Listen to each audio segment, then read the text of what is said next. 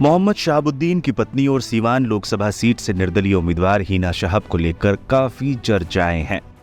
हिना इन दिनों प्रचार के दौरान तमाम पुराने राजनीति के अंदाजों को धता बताते हुए ताबड़तोड़ प्रचार कर रही हैं। हिना की कुछ तस्वीरें इस दौरान काफी चर्चा में रही हैं। पहले ये तस्वीर देखिए, इसमें हिना माता की चुनरी ओढ़े हुए नजर आ रही हैं। फेसबुक में तस्वीर पोस्ट करते हुए उन्होंने लिखा था, जनता का प्रेम ही काफी है सबको जवाब देने के लिए। दक्षिण टोला साहंत जी के द्वार पे। चुनाव प्रचार के दौरान हिना एक कार्यक्रम में पहुंची थी जहां लोगों ने उनका स्वागत चुनरी पहनाकर किया। हिना ने भी उनकी भावनाओं का पूरा सम्मान करते हुए न सिर्फ चुनरी पहनी बल्कि कार्यक्रम में शामिल भी हुई। इसके अलावा हिना मखदुम सराय ब्रह्मस्थान में आयोजित सभा में भाषण देती हुई भी दिखी थी, जहां उनके आसपास भगवादारी गमछा लपेटे काफी संख्या में लोग नजर आ रहे थे।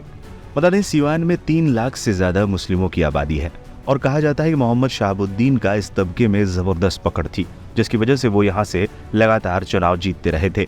हिना को भी इन्हीं वोटों से उम्मीद है, लेकिन पिछले 2 चुनावों में मिली हार से हिना ने सबक लेते हुए अब हर तबके तक अपनी पहुंच बनाने की कोशिश शुरू कर दी है। इस बार आरजेडी से अलग होकर चुनाव लड़ रही हिना शहाब को अच्छे से पता है कि इस बार काफी मुश्किल होने वाली है।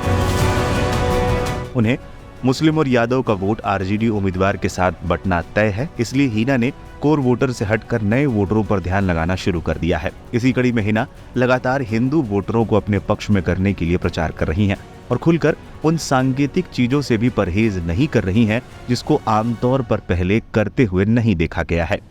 हिना शहाब की इस अंदाज के बाद चर्चा हो रही थी कि वो एनडीए में शामिल हो सकती हैं। इसके अलावा हिना शहाब के एक बयान के बाद भी चर्चा और तेज हो गई थी।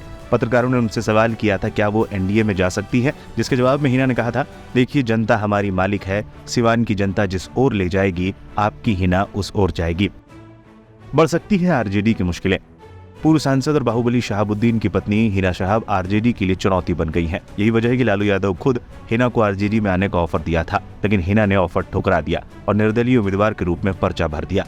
वहीं हिना ने MY समीकरण पर भरोसा नहीं जताया है। हिना शहाब इस सीट से आरजेडी प्रत्याशी के तौर पर 2014 और 2019 में चुनाव लड़ चुकी हैं, लेकिन उन्हें हार मिली थी। सिवान में 3 लाख के करीब मुस्लिम आबादी है जिन पर शहाबुद्दीन का असर माना जाता है। ऐसे में आरजेडी के लिए जंग आसान नहीं होगी। सिवान में लोकसभा के छठे चरण में 25 मई को मतदान होना है। एनडीए में ये सीट इस बार जेडीयू के खाते में गई है, मगर जेडीयू ने यहां से मौजूदा सांसद कविता सिंह का टिकट काटकर उनकी जगह विजय लक्ष्मी को उम्मीदवार बनाया है।